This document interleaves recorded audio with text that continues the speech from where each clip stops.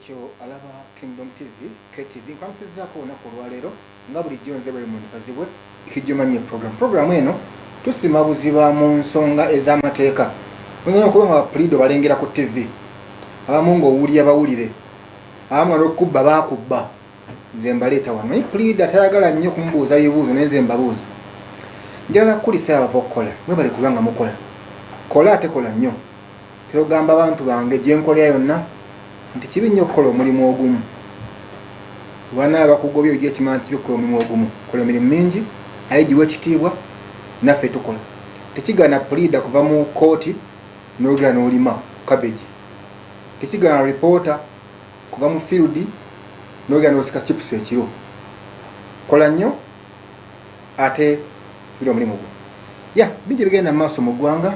tuli mu kaseera ka mipiira Uganda yayize omupiira batubye goal emu yokka kuzana Dembaze twayize omupiira era tuddako kuba si Egypt singa ebadde Uganda akapiira ka Egypt nafunye court order bakongezaayo okwo tunaa kweteekera kale ebigenda mu maaso by'amateeka bingi abagoye omusango wa Kanyamunyu gukyagenda mu maaso era bagongeza paka nga 3 oti anoonyereza bakyagenda mu maaso tannafuna ku bail nedda akyaliyo akomawo mu kooti nga 3 ijja kubeera wiiki eri kale mumbere ye omusinga oba ye kabaka olw'enzululu oyo naye baadde bamuwadde bail ne bamuyoola bamuguddeko emisango emipya 7 bya butujju kutta muntu gezaako kutta neyifaanawo bityo n'asaba kooti tadde ne lufeenya bamuweereze luzira babeera kabaka yakaaba bw'atyo kiruma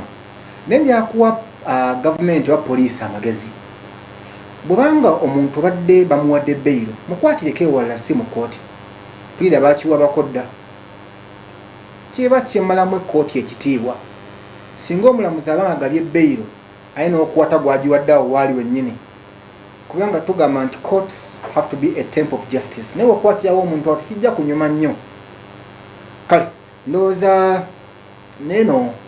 ebimu ku byo bano abagambibwa okutta abakulembeze abayisiraamu okuli Sheikh Yunus Kamoga bakomezebwa leero mu kooti nagwo era omusango bagwongeddeyo nagwo paka nga 3 olw'okuba nti leero tebazze aseesa tebabeera abalamuzi naye babeera mu maaso g'omulamuzi bawewa ensonga abalabe byebayogerako tebigendako kuwandooza okuwa nsalawo yaayo naye nga bigiyambako oluusi toyinza kugamba nga bagenda bataseesa tugagera tutyo nedda n'ekisembayo ndowooza court order gye bagamba eri stupid court order yaggiddwawo era leero palamenti ezzeemu okulaba nga eteesa katuwulira kino togenda bulijjo ku nsonga z'ettaka ogenda okuwulira nga wogenda okumenya ekizimbe waliwo court order abagabana ebintu by'omugenzi waliwo court order ogenda okulengera nga bwe tugenda mu eno abali bajjamu Lord Mayor Obwesige n'okuwulira nti court orders ze kyavako ne Allen Sewanya n'okubwa ku mmeeza bu nebagenda mu kooti teyajja court order ateyajja byonna bakiyita byonna court order njagadde olwayo tusime buziba mu court order kyeki naliko luli eri ne council muwoda nku nnyingi litakimala yo twakusima buziba mu court order kyeki yo tugamba court order kintu kyeki ogifuna otya court kyegigaba emala bbanga ki bava kyegikuwa byonna bikyagenda maaso naye ngamba nti kira ngenda okufuna nga sinamu kuwa mu kamera puliida ono abannyo mu mawulire puliida mulungi senior council ono yagenda okuwoza omusango Jose Chameleone ono kigambibwa mbu omuntu bamwokyera ewuwe era bagamba mbu yamutya era omusango ogwo bagumuwadde bamuyita council ne bamuyita council Luyimbazi Nalukoola nsanyusa okulaba nange nsanyusa nina yambuuzizza leero leese mukyala kozi Nalukoola musajja buuza ku bantu abali eyo abatulengera ndi musanyufu okuba nammwe leero ono munnanga ndeese wano nze sijja kumwebaza olw'okuba andeesa abantu bangi bagamba webala okumpa omukisa okubeera ng'ondeese njogereko ebigambo abo tebakimanyi nti oli buli lwakugamba nti yogera aba takuwadde mukisa aba akuwadde kusoomoozebwa tokimanyi nti gwe mukama w'ebigambo ebbanga ly'omala nga tonnabyogera byogera ofuuke muddu waabyo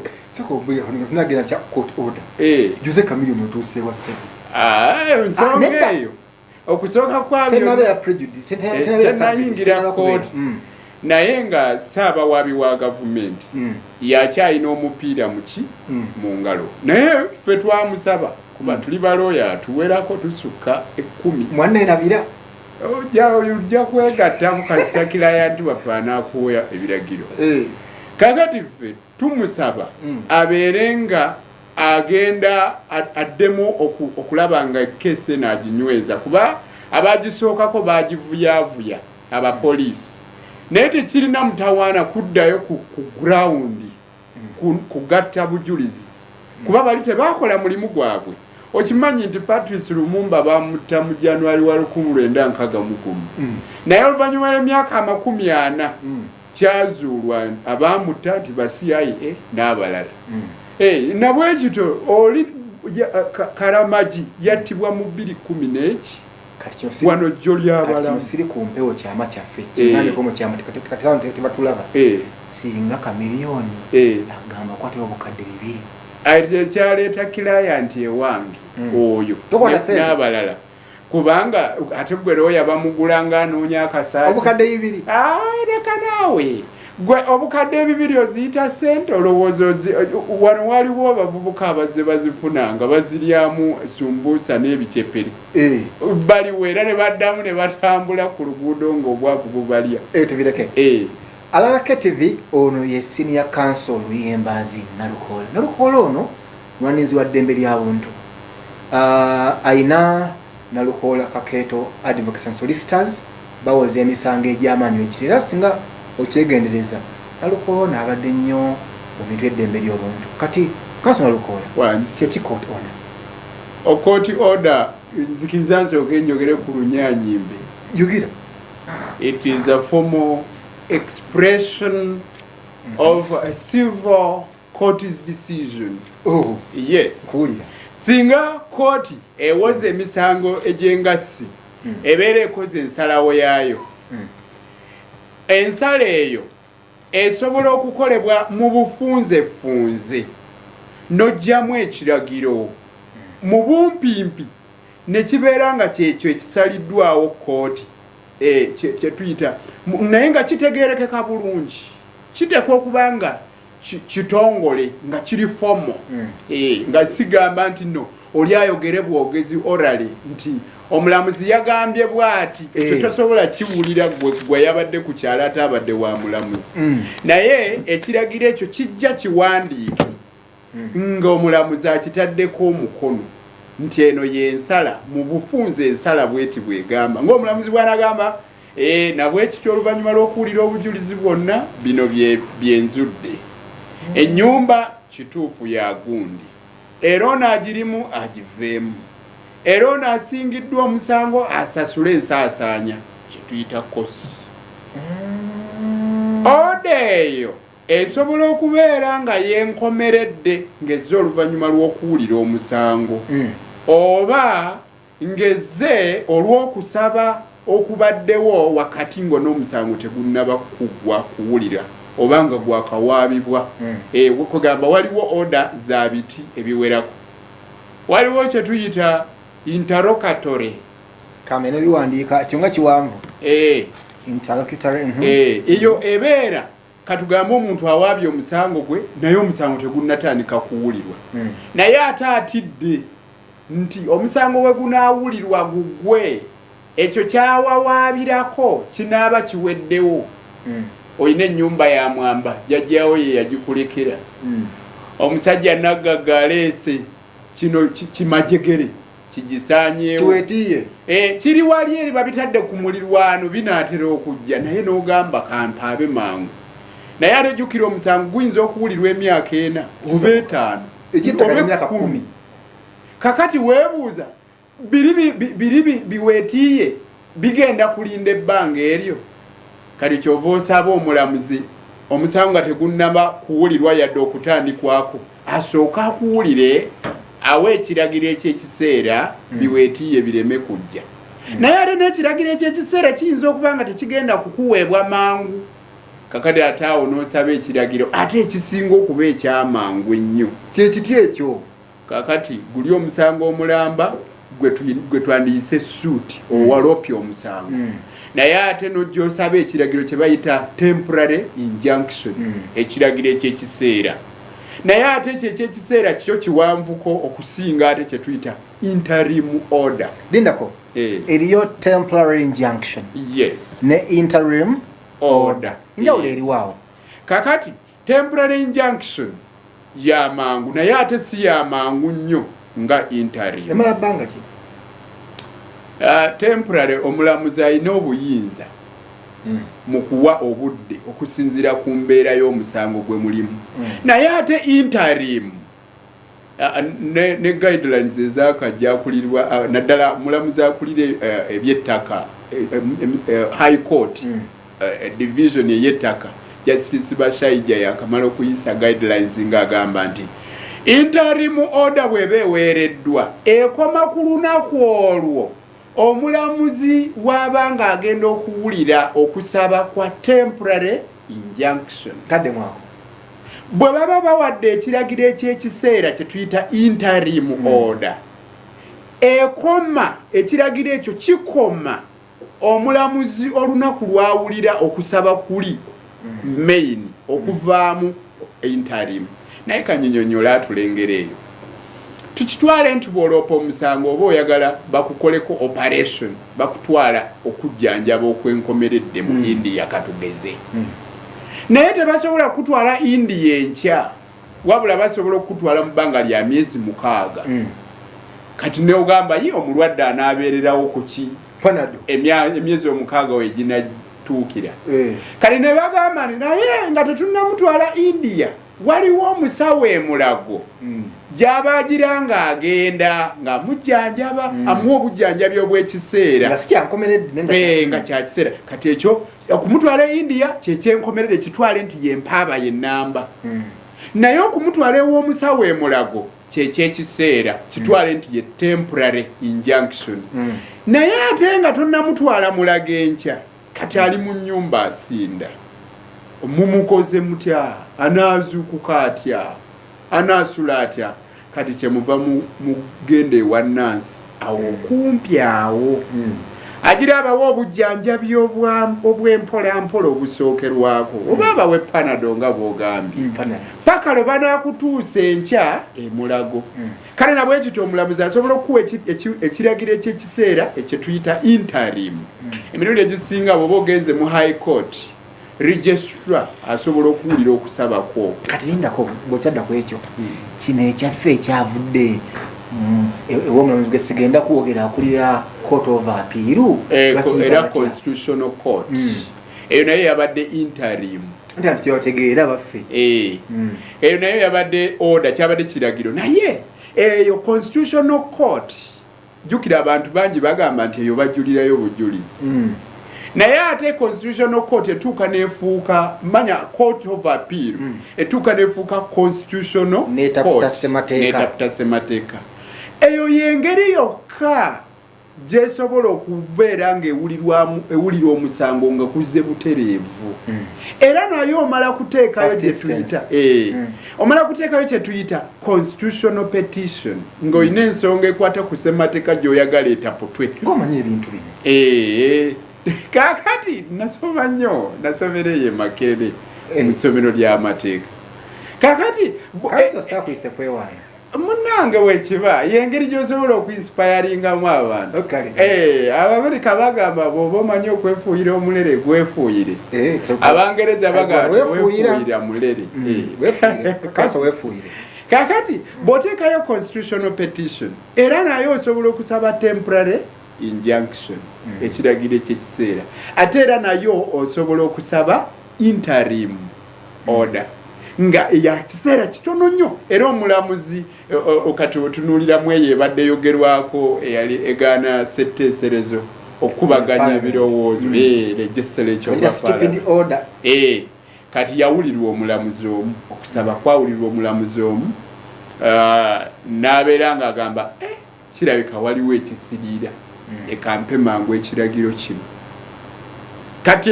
era olaba nti wamala kubaayo maama waaki kitwale nti nno omusango omulamba guli gwoloopye constitutional petition ye maama ye jjajja kati ne wabaayo maama ye temporary injunction kati ne wabaayo n'akazzukulu ye interim order yeyekiseera ekitono ennyo kati wulira ebintu bino mubapulida nga musoma musoma kyebayita Civil Procedure Act ya 98 section ne Judicature Act ya 33 ekibeta jurisdiction of courts obuyinza bw'amakooti actually olengera misango gwali gwa Ahmed Kawoya Kawugo n'owabira Banguwa wali Justice Katurebe waliwo musamwala gwali gwani Sale Kamba n'owabira abantu be MPs kooti negamba nti obuyinza bwa kooti it's not about assumption nti buno obuyinza bwa kooti buli either mu ssemateeka or mu act of parliament kati kooti ki erina obuvunaanyizibwa era jurisdiction okuwa court order buli kooti kakati kooti eba n'obuvunaanyizibwa singa ekyo ekiba kireeteddwa mu maaso gaayo eba ekirinako obuyinza n'omulamuzi grade 1 alina obuyinza okuwa order ezo ate grade 2 naye asobola naye obuyinza obubwate butonoko emirundi egisinga practically babeera mu misango nze clientele yange yabandaba si ekirasi yosebe y'omuseena naye abantu bano bakuba obuwunga naye omuntu ali kaploti nga bakamugobako nga court orders ka omuntu wange ali eganda manyi ganda ewakiso singa court order agifuna emugaana okubeera ku ttaka awo ngenda mu court ki afunye ayagala court order oli afunye emugaana okubeera ku ttaka ne bw'aba tugeze kale abadde ayagala kumenya kizimbe yaguzeewo kati olina nafuna court order emugaana okumenya kati court kimwe baba bagijje webale nnyo kakati kooti mwe bagijje esinziire oli bw'aba agendayo ateekwa okugenda mu kooti erina obuyinza awo obuyinza nno okubufuna bwa mirundi egi tulina obuyinza obutunuulira value omuwendo ogw'ekyo kyoyogerako oba kyemukaayanira singa obeera nga kyemukaayanira kisukka $50,000 teweetantala genda mu magistrates court sizagenda mu kooti eninaanye nno olwokubanga wanawaninaanye tukaayana naye kooti y'ennabweru eri kumpi oba eyeewakiso naye nga kisukka $50,000 gwe bw'otunuulira ettaka lyemukaayanira lyoyagala okutwala n'oliryagamba nti lirye nga liwera $5,000,000 totawaana genda mu magistrates court genda mu high court kooti enkulu pecuniary jurisdiction yes omuwendo kakati ne wabaawo ekirala kye tuyita geographical jurisdiction kitundu kimwe muli kati kangeze ekyokulabirako wali oyise ng'ova ebwayise n'oyita mu kkubo eryo erigenda enansana eno side eriyo Kibwa eno side eriyo Nansana newankubadde nga gw'oli mu Kibwa ng'olaba Kibwa erinaanye nnyo erinaanye Nabweru buuza Kibwa egwawa magistrate ow'ewakiso oba egwa wa magistrate ow'e-Nabweru bw'eba egwa wa magistrate ow'ewakiso genda ewakiso gy'oba owaaba geographical jurisdiction kakati nabwe ekityo waaba eri oyo tunuulira bino tunuulira value kawansi $5,000,000 ku kawansi magistrate chief magistrates court ewulira bwe zibanga $5,000,000 kugenda eri waggulu zisusse mu 5 high court naye high court ate yo yasukka kase ya kumulamu omulungi alaba KTV nze Raymond Kazibwe njogera court order kigero kya court ennaku zino ekiyimbye abantu endubaale ngambye kanfune senior council lwimba zina lukoola ebintu abyogera bulungi nange mbitegeera naye kankomewo tukomawo